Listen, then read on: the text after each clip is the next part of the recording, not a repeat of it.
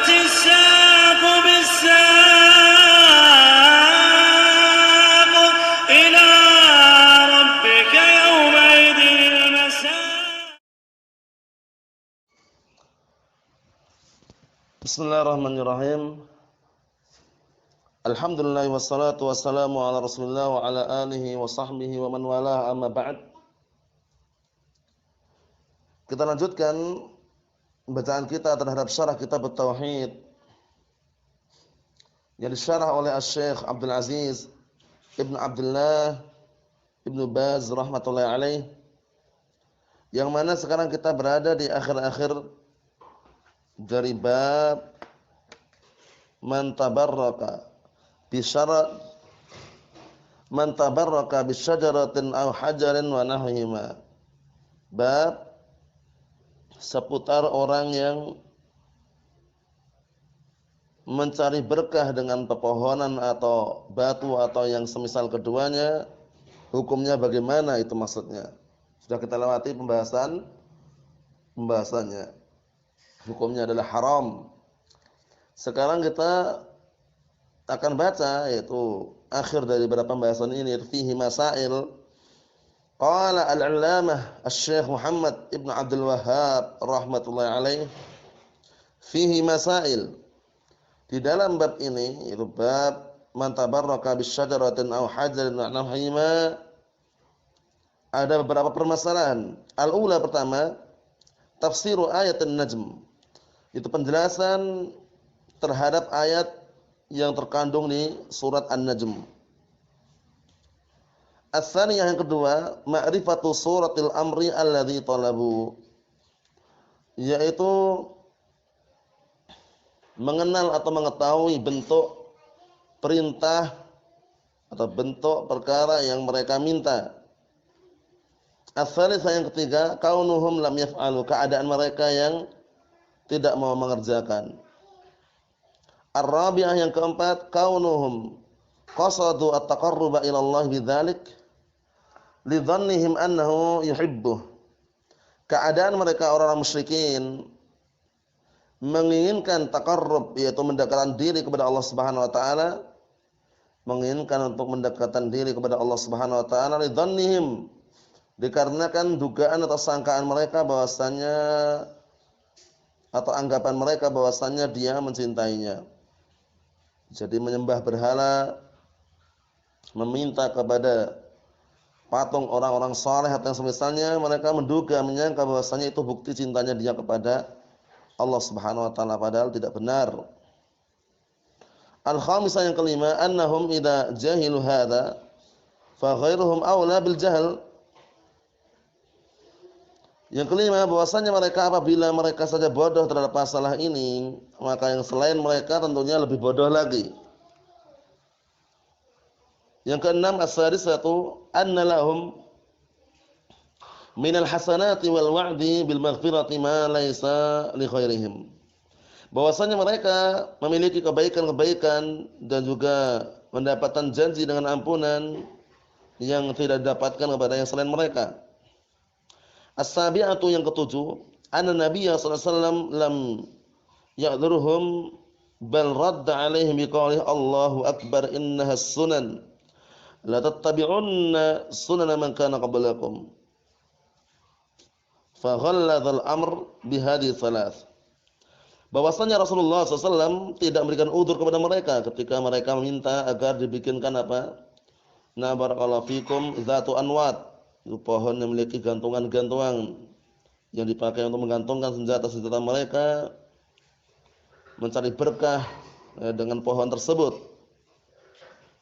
Bal radda alaihim, bahkan Rasulullah bantah mereka seraya berkata Allahu akbar innahas sunan, Allahu akbar, sesungguhnya perbuatan tersebut, permintaan tersebut merupakan jejak atau jalannya orang-orang yang sebelum kalian. Sungguh kalian akan mengikuti jejaknya, jalannya orang-orang yang sebelum kalian. Fa ghalladha al-amr, Rasulullah menganggap perkara ini perkara yang besar. Nah, dengan bihadis salas, dengan tiga perkara tersebut. Nah, as-saminatu, yang kedelapan, al-amru al-kabir wa huwa al-maqsud annahu akhbara anna talabahum katalabi Bani Israil. Yang kedelapan, perkara yang sangat besar yaitu tujuan. Intinya tujuan yang mereka minta kepada Rasulullah itu adalah mencari berkah kepada pohon, bukan kepada Allah Subhanahu wa taala. Bahwasanya telah mengkabarkan permintaan mereka seperti permintaan Bani Israil. Rasulullah kabarkan kama qalat Bani Israil Musa, sebagaimana yang diungkapkan oleh Bani Israil kepada Musa, ij'alna ilahan kama lahum alihah. Jadikanlah untuk kami sesuatu sesembahan sebagaimana mereka juga memiliki sesembahan-sembahan. Jadi permintaannya itu sama gitu ya. Cuman hanya beda surahnya, bentuknya saja, wa illa tujuannya sama. Atasnya atau yang kesembilan, anna nafya hadza min ma'na la ilaha illallah ma'a diqqatihi wa khafaihi ala ulaik. Bahwasannya meniadakan perbuatan ini, meniadakan kesyirikan, merupakan bagian makna dari la ilaha illallah bersamaan apa? Sangat lembutnya permasalahan ini dan juga tersembunyinya permasalahan ini di hadapan mereka. Maksudnya kebanyakan mereka enggak tahu gitu ya. Naam.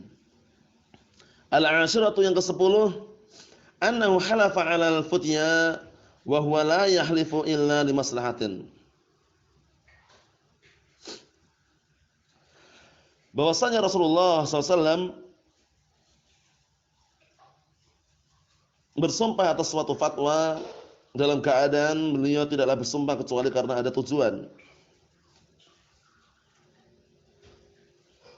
Kemudian al-hadiyata asyrata yang ke-11, anna syirka fi akbar wa asghar li'annahum lam yartaddu bidzalik. Bahwasanya kesyirikan itu ada yang besar, ada yang kecil. Dikarenakan mereka juga belum murtad dengan sebab perbuatan tersebut.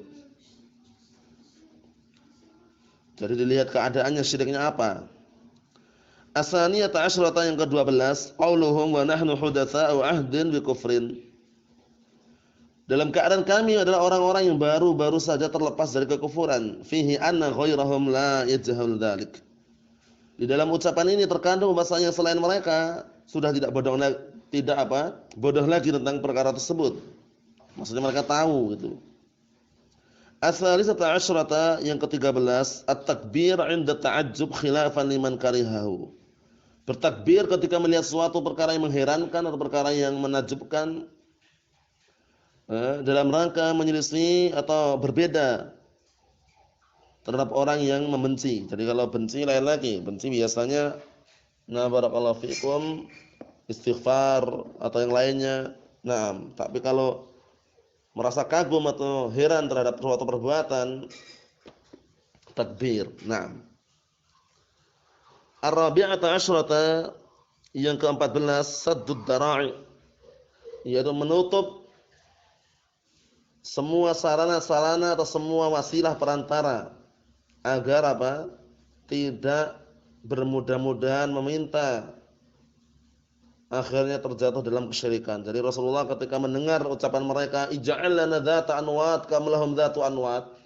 Ya Rasulullah, bikinkanlah untuk kami gantungan-gantungan yang ada di pohon tersebut sebagaimana mereka juga memiliki gantungan-gantungan. Nah, Rasulullah langsung tahan. Allahu Akbar, marah Rasulullah. Tutup celah-celah tersebut. Nah, barakallahu fikum, innakum qaumun tajhalun. Sesungguhnya kalian adalah orang-orang yang bodoh. Nah, Rasulullah tutup. Rasulullah enggak menyanggupi karena Rasulullah kalau seandainya memenuhi permintaan mereka, dikhawatirkan terjatuh dalam kesyirikan. Al-khamisata asyrata yang ke-15, an-nahyu an tashabbuhi bi ahli jahiliyah. Larangan untuk tasyabbuh mengikuti orang-orang jahiliyah. As-sadisata asyrata yang ke-16, al-ghadabu 'inda ta'lim. Marah ketika mengajarkan suatu pelajaran. Wajar ya, terkadang ada marah tidak masalah, tapi tentunya marah yang tidak sampai barakallahu fikum berlebih-lebihan. As-sabi'ata asyrata yang ke-17, al-qa'idatu al-kulliyah, kaidah yang menyeluruh. Apa itu?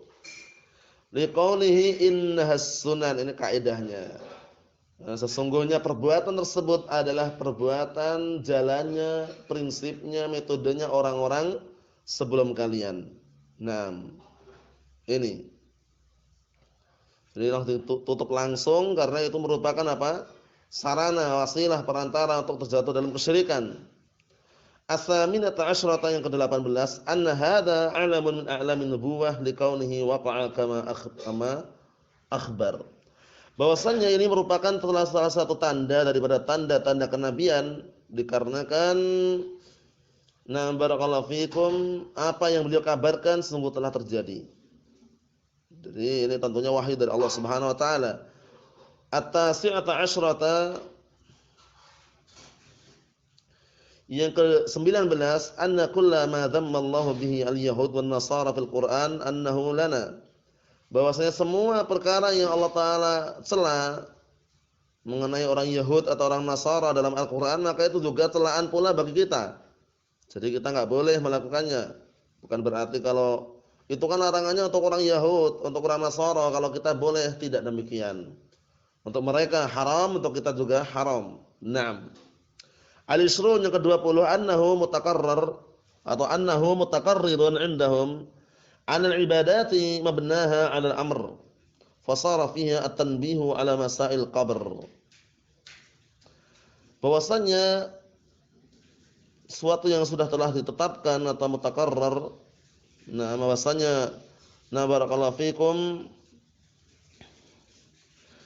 telah menetapkan di sisi mereka bahwasanya ibadah-ibadah itu dibangun di atas suatu perkara. Fasara fiha tanbih, maka di dalam ibadah tersebut ada peringatan ala masail qabr, itu peringatan tentang pertanyaan-pertanyaan yang diajukan di dalam kuburan. Amma man rabbuka fawadihun.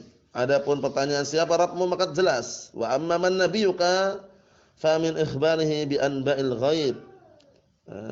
Adapun siapa nabimu maka merupakan pengkabaran dengan kabar-kabar yang ghaib.